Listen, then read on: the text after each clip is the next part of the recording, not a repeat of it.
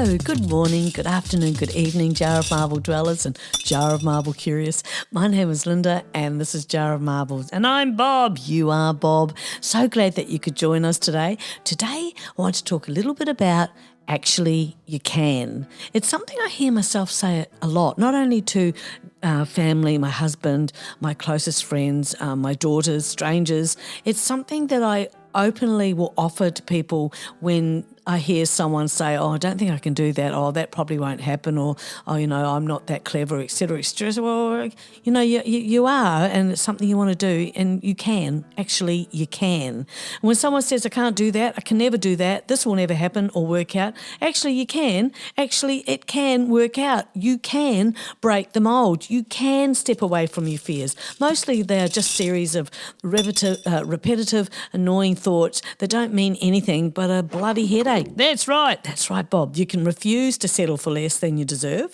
You can do the thing that you're not sure you can. You can make plans. You can change so much in your life. Even the thought of actually you can feels much brighter than closing the doors to possibility. We all know if we look for reasons why we can't, you'll find reasons why you can't. We get too much involved in self-protection. Our mind is tuned into self-protection. It'll search for ways to do just that. Basic Psychology 101. You know that's true. Safe from rejection, safe from having to make a decision or any changes at all, safe from failure, safe from any pain that comes with trying something. That's right, Bob. And it perhaps not working out as you had hoped, but then comes a day when you realise that feeling safe is just actually holding you back, that maybe a reframing needs to happen. Oh, I love a good reframing. That maybe it's time to start telling yourself a new story. Like, actually you can? That's right, Bob. I can because I'm so much stronger than I realise. There is untapped potential in all of us that will take us further than we could ever know, especially if we are telling ourselves nonsense. Our power is in our perspectives, our outlooks, and what we actually believe. I like to believe beyond what's acceptable, beyond what the stats are. It's all bollocks. I do not like to feel limited by societal acceptances. Nothing good ever comes of that. Actually, I can because I trust myself. You do, don't you? I do. I can because the universe is always supporting me. So in our thoughts that we tell ourselves, all that has ever really mattered, all that has ever mattered is what you choose to believe. This is huge in the conscious field right now, getting consistent about making changes. It's just consistency. Your entire life changes. Well, of course it will. Well, yes, if you get consistent, you will, absolutely. Perfection isn't the goal. Consistency is. For God's sake, don't try to be perfect. It's so ridiculous. All it really is try to be a little bit better than yesterday. Consistency will always beat perfectionism. You're so perfect. Thanks, Bob. I believe it can be a permission thing. What do you mean? Well, sometimes if we feel we have someone's approval, be it a friend, a relative, a partner, boss, then sometimes we feel that we can move ahead and we can do the thing. The thing? Oh, yeah, precisely, Bob. Approval-seeking behaviour can be so common, sometimes we don't even know we're doing it ourselves, and it's something many of us grapple with. Do I grapple? Oh, you can. Quite like the word grapple. Yeah, me too. Thanks, Bob. Anywho, as we all know, some of us people constantly need approval due to a poor sense of self-worth. When our internal sense of value falters, we turn to external validation. I think most of us have done this, do this. It is one of those things, Childhood experiences plays a significant role. Successfully navigating childhood development builds self-worth. Good friend was telling me that, and this is someone who's very talented, smart, and an all-round fantastic human, but one day said, my mother was a witch, and she bloody well was, after he explained in more detail, but he felt it had derailed him of his confidence. He couldn't take a compliment and was very hard to reach on an emotional level. He worked on all of that and got right past it, but it had held him hostage to negative beliefs for decades. You were going to say decades. I was. Most of us, if we didn't go through it, know of plenty who did. Or at least you can see clearly the end results of this. Good news though, you can get past it, thankfully.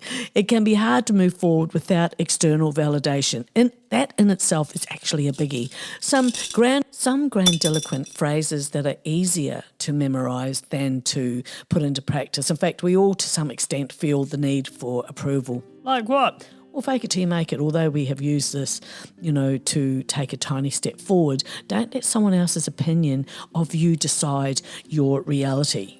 Sayings like that. Oh yeah, I know what you mean.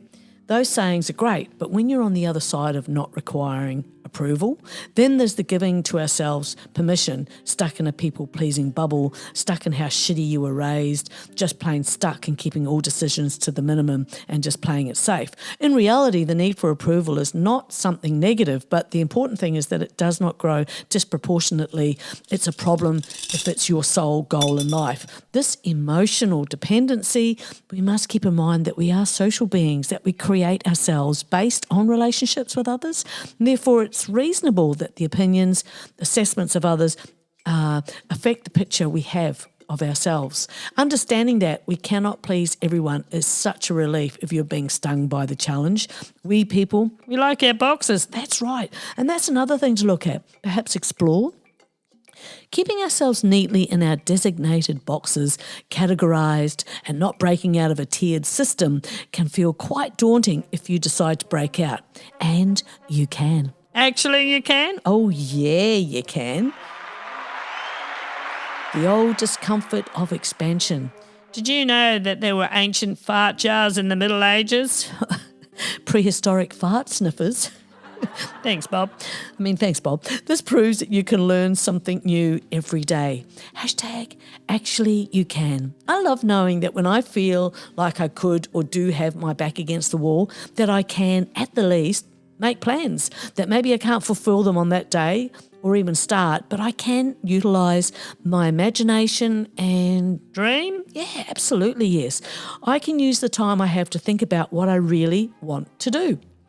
Many of us might assume that we think through our actions and decisions thoroughly, but the reality often reveals a more nuanced picture. The illusion of rationality. Our brains are wired to use heuristics or cognitive shortcuts to make quick decisions. This is the sciencey bit, isn't it? Yes, it is.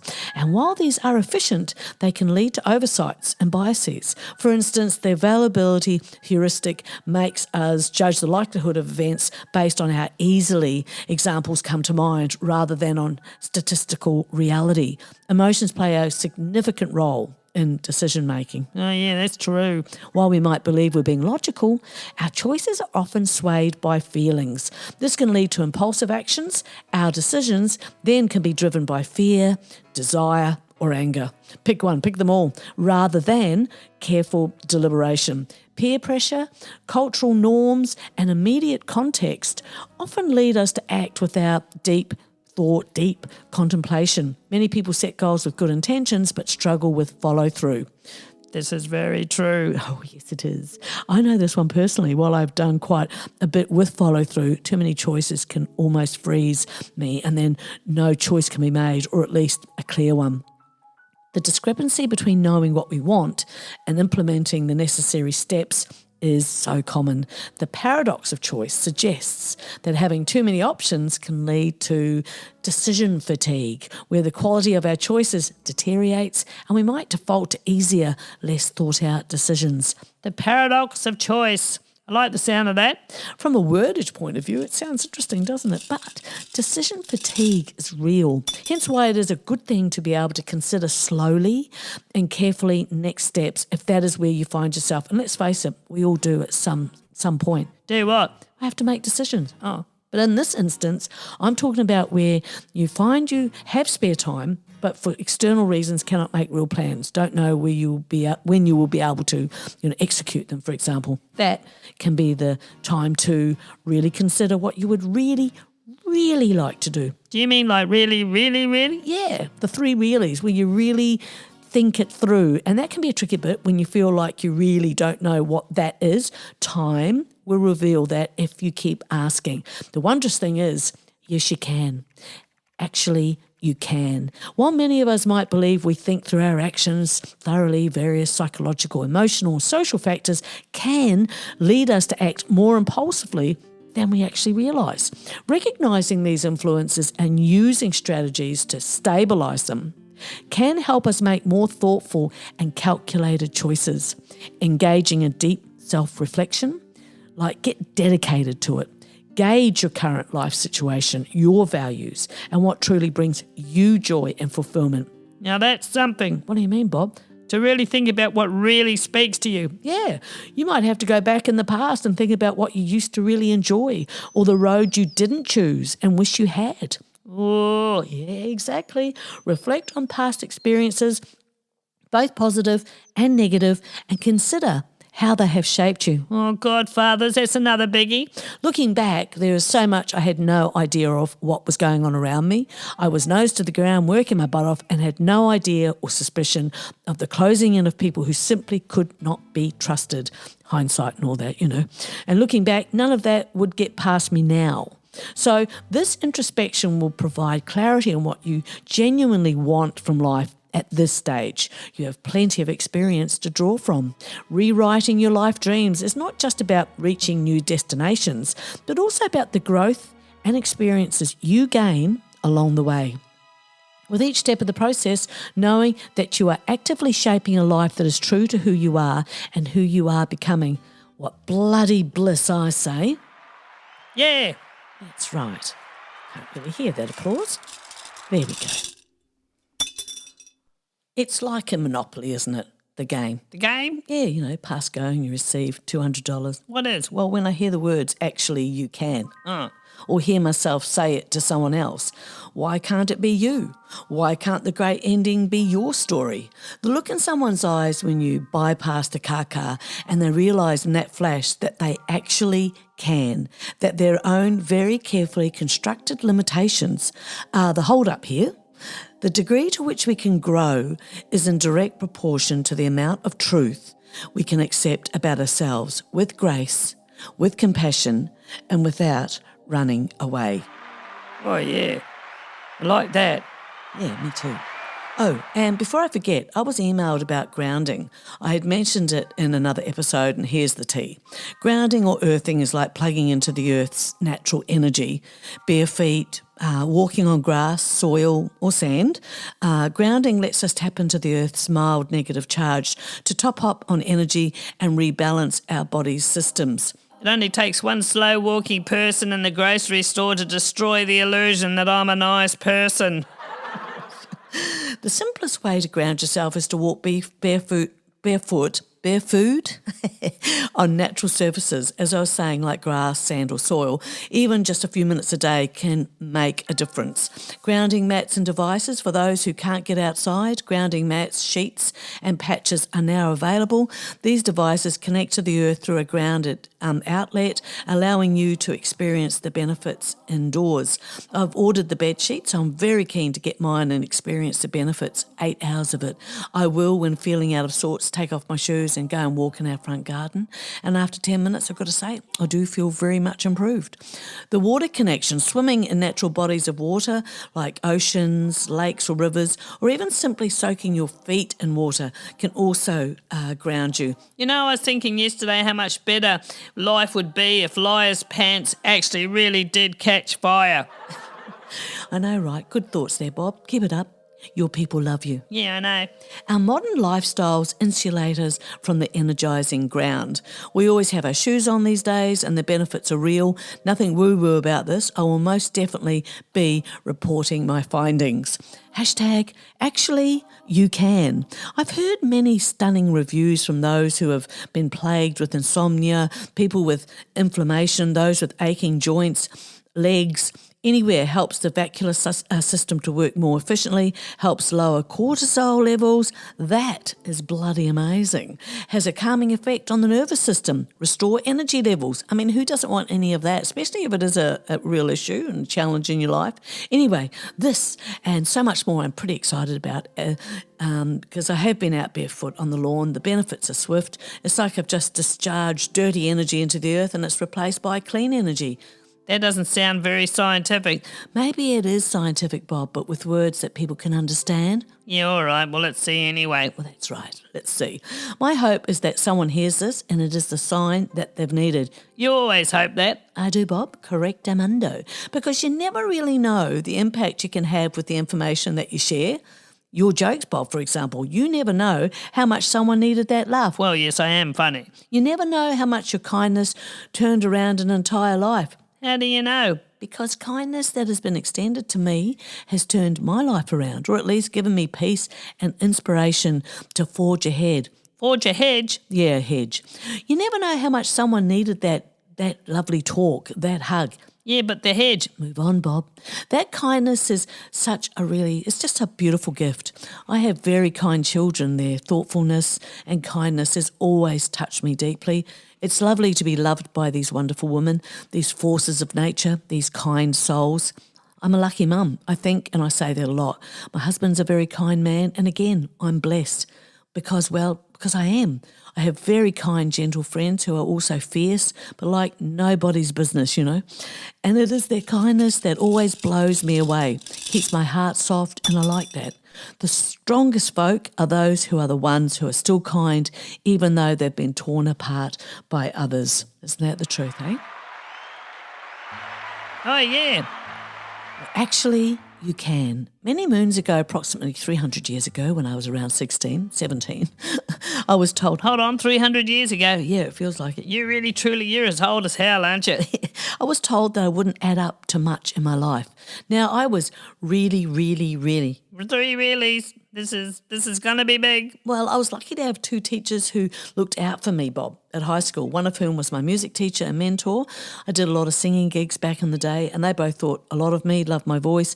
Point being, because they had so much belief in me, those words did not send me into some kind of spasm that had the potential to, just send me down a different road. The teacher that said it was a very ordinary human and shouldn't have been around young women, shouldn't have been around kids. I'll just leave it there. I had her number from day one. I was a bit of a cluey young thing. Because I was so young, few listened to me, as, people tend to. If you're young, what could you possibly know?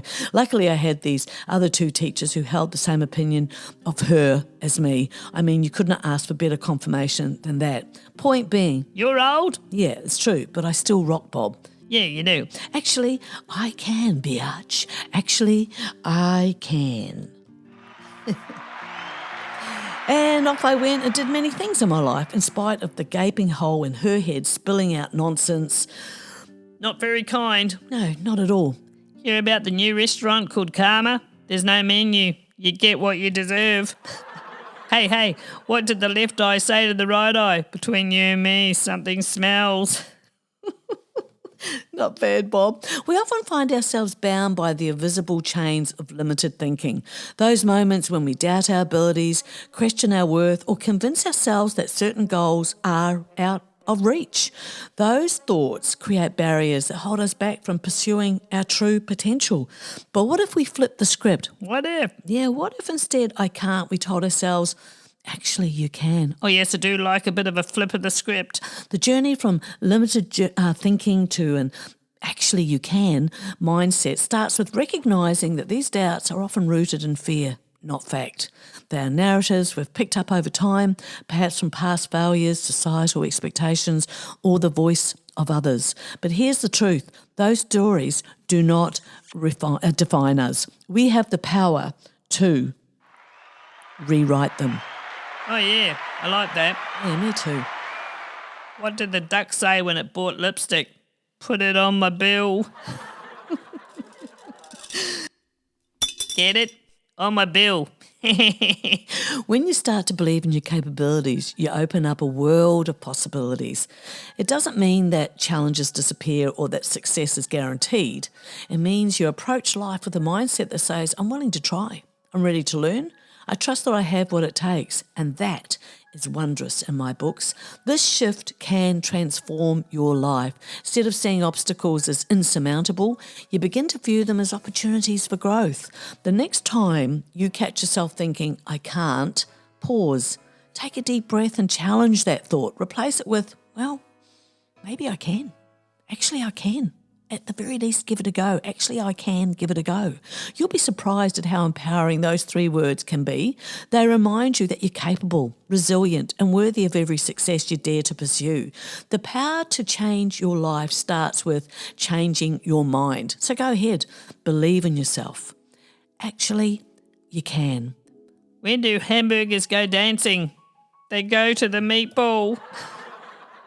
Without no doubts, it is an empowering statement, and we here at the Marble Dweller HQ are all for a good dose of that. Hear, hear. We humans need to hear the same thing repeatedly to consider it as a real possibility. I have noticed that.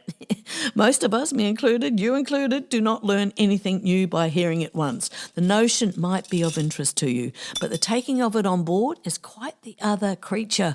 I am aware that I bang on about self-care, Yeah, you do. and self-worth, Yeah, you do, yeah. and from different angles, under different umbrellas, but there is a method to my madness. You're going to tell us a story. Well, Bob, ever heard of Maxwell Maltz? No.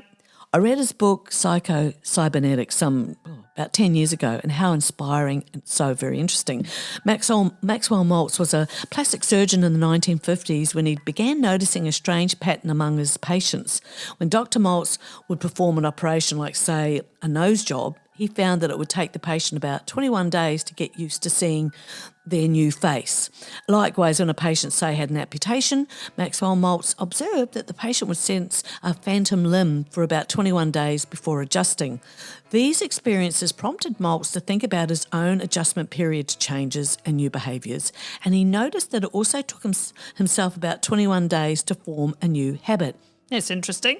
Maltz wrote about these experiences and said these and many other commonly observed phenomena tend to show that it requires a minimum of about 21 days for an old mental image to dissolve and for a new one to gel. In 1960, Maltz published that quote and his other thoughts on behaviour change in a book called Psycho-Cybernetics, an audiobook, and you can find it for free on YouTube. The book went on to become a huge hit, selling more than 30 million copies, and keeping in mind that breaking a habit, it is a minimum of 21 days. Habits can take a long time to form, so there are many other factors involved in breaking them. There will be mistakes, setbacks, and we have to not get too invested in beating ourselves up or giving up. You've got to manage your expectations rather than putting yourself under pressure and manage it all in one swoop. It's that old dedicating yourself to the process and you'll most definitely get there. Can habits be broken? Well, actually, they can. And that is the end of this episode. Remember, when you're trying to break a bad habit, learn a new skill, or just convince yourself that kale chips are an acceptable substitute for potato chips, it all comes down to My good jokes? no, Bob, dedication. And let's be honest, if all else fails, there's always tomorrow or the next day, or next Monday sounds pretty good, right? Monday works for me. And it's time to go. Oh, bugger. Thank you so much for joining us. Great to have you here, dwellers. So, say good day to the family for me. Give the Texas Longhorn a nod. And we'll see you next time, okay? Okay then, bye. Bye.